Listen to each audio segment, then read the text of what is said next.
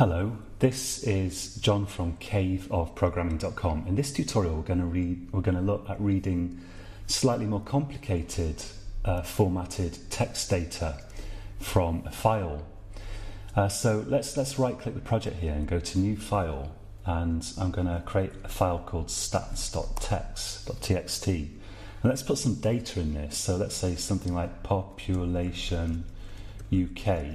And I think that's about 64 million last time I checked. Let's have also population France, which is something in the region, I believe, of 66,400,000. And we'll leave it there. So I'm just going to try to read this pretty simple kind of formatted file at the moment, and we're going to try to get the numbers out of there. So if you need to do this kind of task, if you need to read a comma-separated value list or something in C++, you can do it, but it can be fiddly. You might want to consider using C++11 and possibly the regular expression libraries that are built into C++11. Or you might even want to consider using the C functions that you can use in C++, which can be quite handy for this. And you can also just switch to a different language altogether, because C++ is not ideal for doing this kind of thing. There are other languages like Python and Perl that are designed from the ground up for parsing text, but you can do it. And we'll take a look at an example here. So first of all, we need to do exactly what we've done before. We need to open the file. So let's include fstream here, and we'll have using namespace standard in there, and let's create a ifstream input file stream object. We'll call it input. Let's open this input file. I'll use a string to store the name. Let's call this file name equals stats.txt, and I'll say input.open file name. Now let's put a check in. Let's say if not input.is_open. Well, in that case, there's no point continuing, and at that point I'm just going to return with an error code. The error code is useful if you run this program from some sort of command line automated tool type system. We mustn't forget to close the file, so I'll put in input.close. Okay. Now let's try to read this information in a loop. So I'm going to say while input, and we're going to try to read this line by line. So I'll use getLine. Let's have a string to store the line in here. Let's say string line, and we'll say getLine. So we're going to get line from the input into the string, and getLine actually allows us to supply a delimiter, and it will read up to that delimiter, and then the delimiter will be thrown away. So in the stats.txt we've got colons here, so let's try to read the information up to the colon. So we're going to put a delimiter in here. So I'm using single quotes because we use single quotes to create a single character literal in C++, which is different to a string that uses double quotes. We also would like to get the number after the colon, so we'd like to get these population values here. Well, there's no harm in mixing getLine with reading directly from the string. Let's create a int population here. It's always going to be an int in this particular case, and we're going to say input get from or extract from. This is the extraction operator, stream extraction operator, population. And let's output what we've got. So let's say cout line, and we'll have some white space in there. Let's have a couple of dashes, and then we'll output population. And finally let's output a new line so we can actually distinguish one line from the other. And let's run this and see how it actually looks. So I need to build it first, of course, which I forgot. Let's go to build project and wait for it to build, and then we can run it. So what we've got here is we've got the information that we wanted, but something weird has happened. For one thing, we've got this extra population appearing down here, and for another thing, these are separated not by a new line. We've not just got each of these bits of information on a new line, but we've also got blank lines between them. So what's going on here?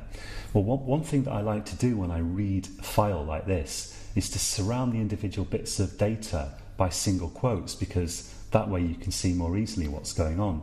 So let's put some single quotes in here. We can use single quotes within double quotes just to output a single quote if I hit the right key on my keyboard. So I'm gonna make use of this. Let's copy that, and then I can put one here as well. So we're surrounding line by single quotes. Let's do the same with the population here. So I can put a single quote just here, and then we can have another one here. And let's see if that gives us any clues about what's going on. So if we run this now, we see that we're fine with these bits of text that say population and then the country name. We're fine with the numbers here, but, well, it looks like it, but then we've got this blank line here appearing. If we look carefully at this, so this is okay. This looked okay to me at first glance, but if you look closely, what's happening is, so this single quote here is actually, it's actually one of the single quotes that are surrounding this. So what we've got is we've got a blank line. We've got an invisible non-printing new line character that we're reading, and we're outputting it at the start of this subsequent string here. So that's what's happening. At the end of every blank line in the text, at the end of every line in this text file, we've got an invisible non-printing new line character, which has the effect of putting the stuff following it on a new line. So we're reading this stuff here, and then when we read this, we also pick up the non-printing new line character, and we're collecting it as part of this string. So what we could do there is we can say here, okay, there we've got the line. Here we've got the number.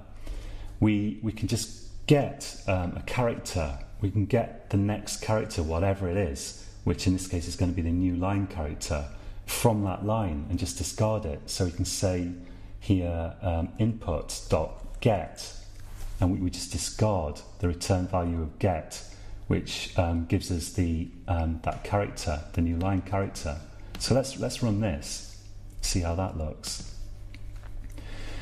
Now it looks a lot better. So these lines are okay, but we've got a malformed line here.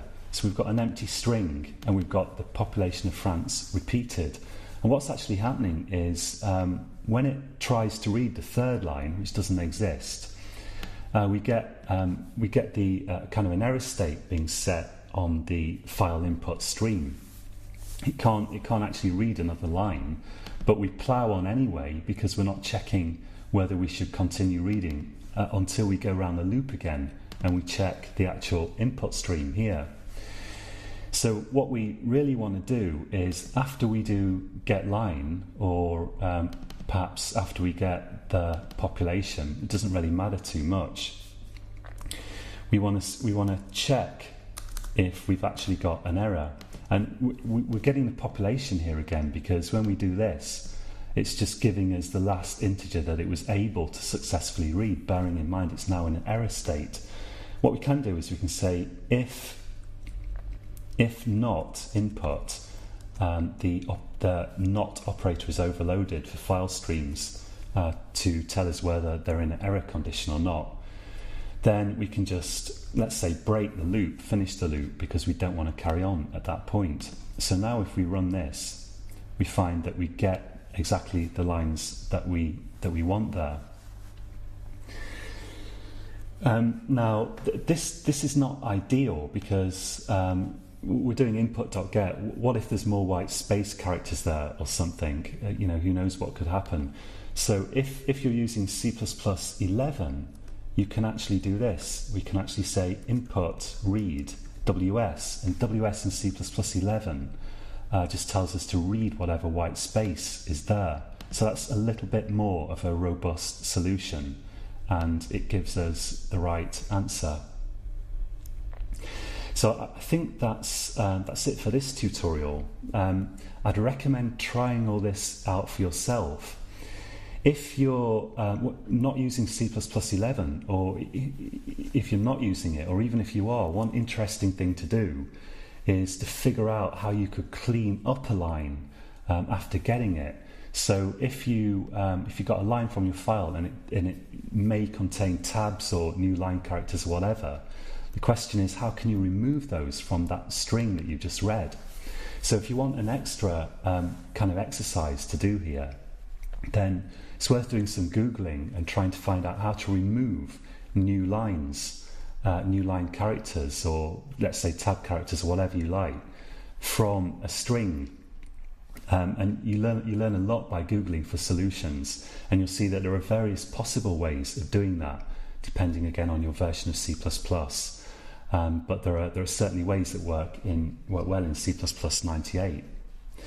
So have a go at that if you feel like it. Invent some sort of format like this, some sort of formatted text file with numbers in it, and have a go at reading those and see if you can use some combination of the things that I've shown you here, and if necessary other things that you'll have to Google for, to try to read the input successfully from that file and to parse it into actual C++ numbers. So you really learn a lot by doing that, especially if you make up different file formats for yourself. And this is quite hard in C++. It's not the ideal language for it, but we're looking at C++ here, so it's good to know how to do this, because sometimes you do need to do what we call parsing in C++. You need to get information like this out of a string or out of a file. So that's it for this tutorial. Until next time, happy coding.